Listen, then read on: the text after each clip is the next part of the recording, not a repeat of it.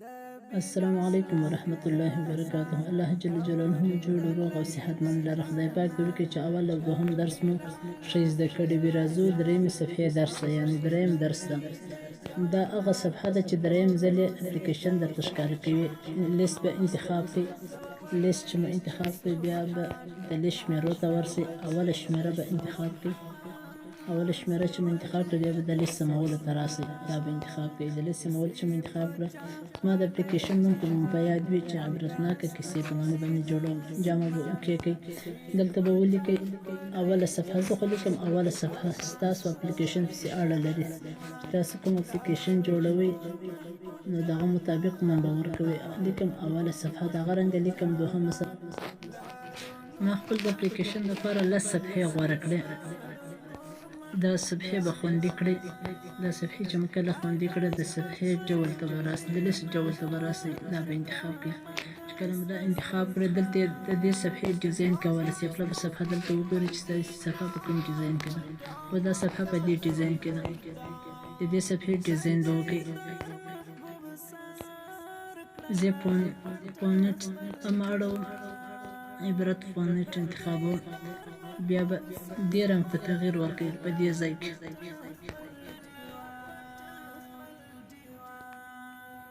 زه انتخابوم دا رنګ. د لیکنې اندازه هم کوچنۍ کړئ.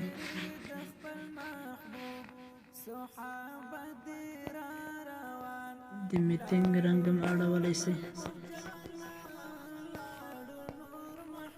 د میټینګ رنګ چې مو غواړئ کونجونه یې ګردې کوم. بکس انتخابوم. د بکس رنګ توروم.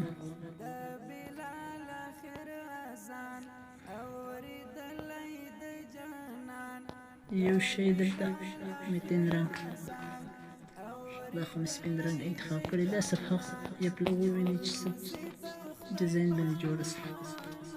اوس صفحه مو دې ډیزاین ته واوښتله. دا صفحه به خوندي کړئ. دا صفحه مو خوندي کړئ. رابسئ د لیست سرلیک ته، دې ځای کې باندې اوکې وکړئ. دلته دا د صفحې شاتنۍ صفحه ده. دلته یې رنګ هم اړولی شئ او انځور هم دلته انتخابولی شئ. زه انتخابوم 3 رنګه انتخابوم. دا د مابینځ رنګ ته یې تغییر ورکوم چې دا رنګ صحیح دی. اخري رنګ ته یې تغییر ورکوم. دا رنګ صحیح دی. دلته یې لیکلي دي سرلیک، یعنې د لیست سرلیک مو څه وي. زه لیکم عبرتناکه کیسې. عبرتناکه کیسې.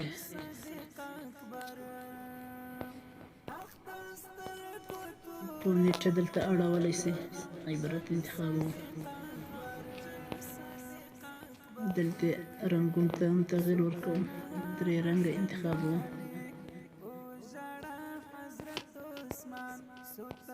اوس صفحه وګورئ چې کوم ډیزاین ته واوښته. عبرتناکه کیسې. دا صفحه خو مو جوړه کړه. دا خوندي کړئ.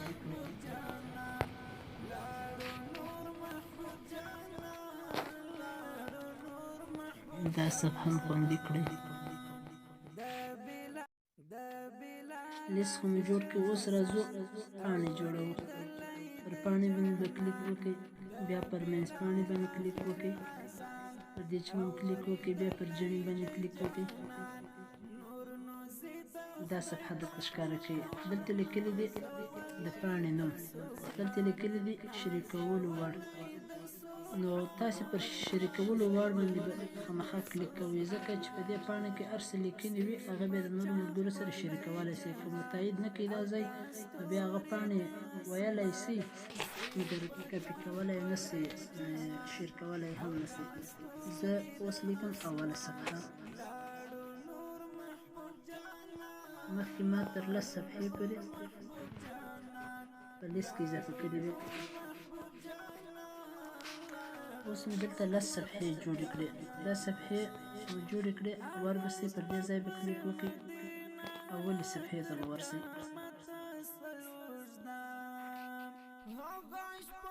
دا پاڼې به درته خلاصې شي. نو دلته تاسې کولی شئ چې خپلې لیکنې ځای پر ځای کړئ. زما اپلیکیشن نوم خو مو ویلی چې عبرتناکې کیسې جوړوم. نو پر دې مابینځ باندې به کلیک وکړم.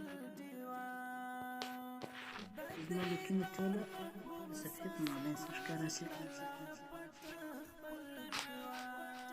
اوس به ولاړ شم ټلګرام ته، کیسې به راکاپي کړم.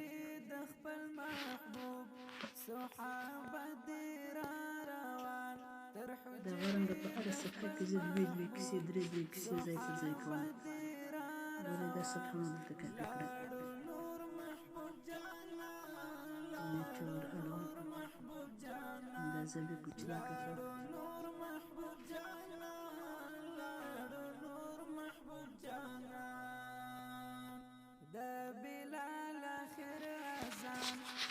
دا خو یوه کیسه داخله کړه. دلته هم خپل پاڼې لیکلی شئ.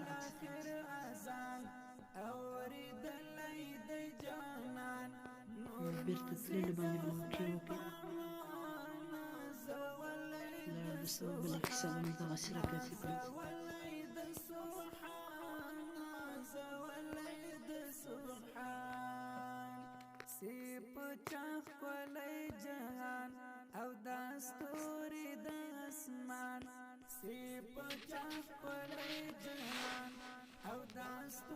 زه په هره پاڼه کې دوې کیسې ځای وم. اوس بیا پر دومې صفحې باندې کلیک وکړم.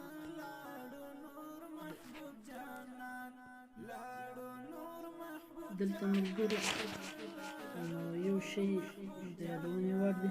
دلته تاسې تصویر هم اضافه کولی شئ. که غواړئ دغه کیسې یا دغه شاعر په اړه یا د خپلې شاعر یا د یوې لیکنې والا تصویر اضافه کړئ او وروسته بیا لیکنه ښکاره شي، داسې هم کولی شئ چې طریقه یې دا ده. دې ځایګي ته به ولاړ شئ، تصویر به انتخاب کړئ. موږ او تاسې که په یاد فقط مو یو تصویر انتخاب کړی وي، یعنې هر څومره تصویران چې تاسې انتخاب کړي دلته هم هغومره تصویران درته راپورته کېږي. اوس ما دا یو تصویر انتخاب کړی دی، هغه مو دلته انتخابوي. په دې ځای به کلیک وکړئ.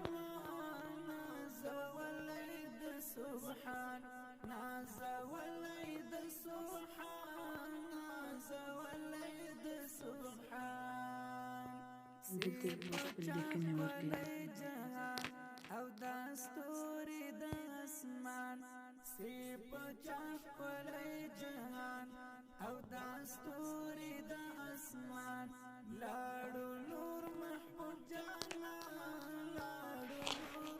دا کیسه مې کاپي کړه، دلته مې ځای پر ځای کړه. دلته بیا بل تصویر ورکولی شئ. زه بیا دغه تصویر ورکوم ځکه ما بل تصویر نه دی راخیستی. بیا به ورشم ټلګرام ته بل تصویر بله کیسه به هم کاپي کړم.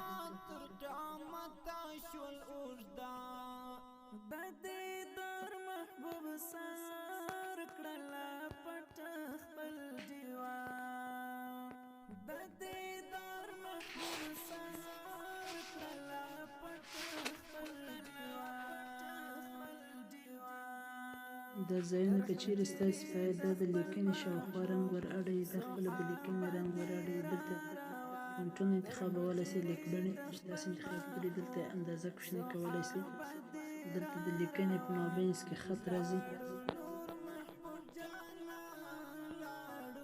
هغه رنګه د لیکنې پای ته خط راځي. لیکنه کږه کوي، لیکنه پنډوي، لیکنه کاپي کوي، لیکنه هم انتقالوي دې ځای څخه. هغه رنګه لیکنه غچه کوي، یعنې یو لیکنه کې چې ستاسې کوم ځای خراب شي دا مخته او شاته بیایي، دا دوې ګزینه. په دې ځای کې بیا خپله صفحه لیدلی شئ.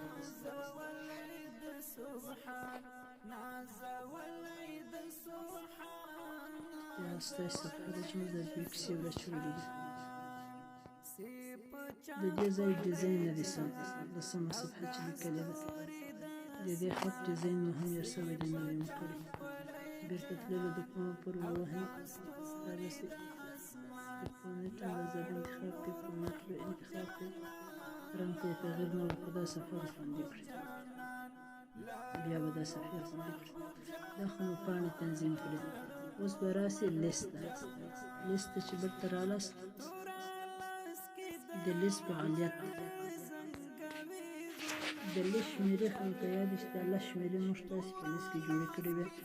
اوس اوله شمېره یعنې اوله صفحه فعالیت نه لري چې هر څومره د اپلیکیشن جوړ شي اوله صفحه باندې یو کلیک وکړي هېڅ ځای مو ورته ښکاره کوي. پر فعالیت اوکې وکړي چې دا باید کوم فعالیت وکړي. دا باید پاڼه ښکاره کړي. موږ تاسو اپلیکیشن د لیکنې څخه جوړ دی. پر دې باندې کوم لیست ته ځي عکسونه ښودل ویډیو ښودل اډیو غږونکی. اوس موږ تاسو کار د پاڼې سي په پاڼې کې موږ تاسو لس صفحې جوړې کړي دي. د لیست اوله صفحه باید د پاڼې د اولې صفحې سره وصل کړي. پاڼه انتخاب کړه.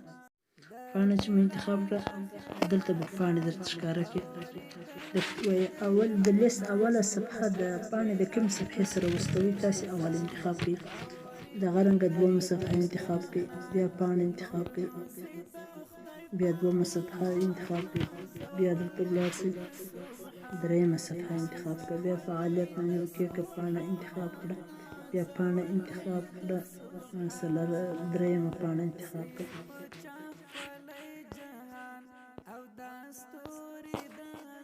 ټولې صفحې باید د پاڼو د صفحو سره وصل شي. بیا نوې صفحې ته ورشئ. لسمه صفحه انتخاب کړئ. بیا پر فعالیت باندې اوکې وکړئ. بیا پاڼه انتخاب کړه. بیا لسمه صفحه باید د کومې پاڼې سره وصل شي. د لسمې پاڼې سره د لسمې صفحې سره باید وصل شي. دا صفحه به خوندي کړئ. دا چې مو کله خوندي کړئ بېرته به پاڼې ته ولاړ شئ. د پاڼې تنظیمات زموږ او ستاسې هېر شول. پر دې باندې به اوکې وکړئ. ولاړ به شئ خپله صفحه به وګورئ. دا اوله صفحه ده. اوله صفحه ده خو شاته سپین رنګ دی. د شاته دلته انځور هم انتخابولی شئ. رنګ ته هم تغییر ورکولی شئ. هغه ډیزاین یې دلته کېږي. دې چې مو اوکې وکړه یو رنګ دوه رنګه درې څلور رنګه دغه رنګه انځور هم انتخابولی شئ. زه فقط دغه سپین رنګ ما لپاره صحیح دی. لیک بڼه به انتخاب کړئ. رنګ به انتخاب کړئ. سپین رنګ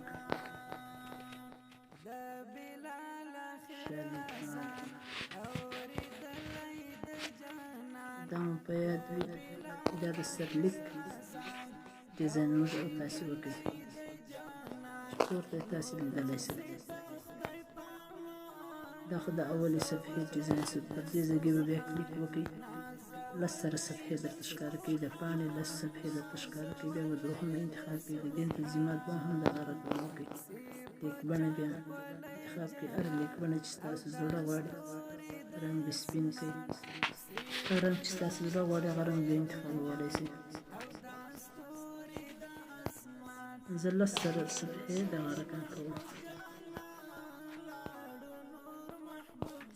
اوس بیا لسمه صفحه انتخاب کړو. لسمه چې مو انتخاب کړه نو رابسئ فونټ ته به تغییر ورکړئ. د لیکنې رنګ ته به تغییر ورکړئ. هر رنګ چې ستاسو زړه غواړي. خو ما سپین رنګ انتخاب کړی و مخکې اوس یې انتخابوم.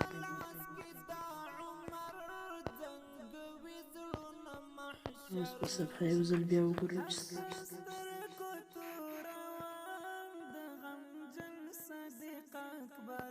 بیرته تلل باندې روحوي. دا صفحه به هم خوندي کړئ. دا او د نن ورځې دریم درس د څلورم درس لپاره ډېر دعاګانې راته کوي. الله جل جلاله مو مل شه. السلام علیکم ورحمة الله وبرکاته.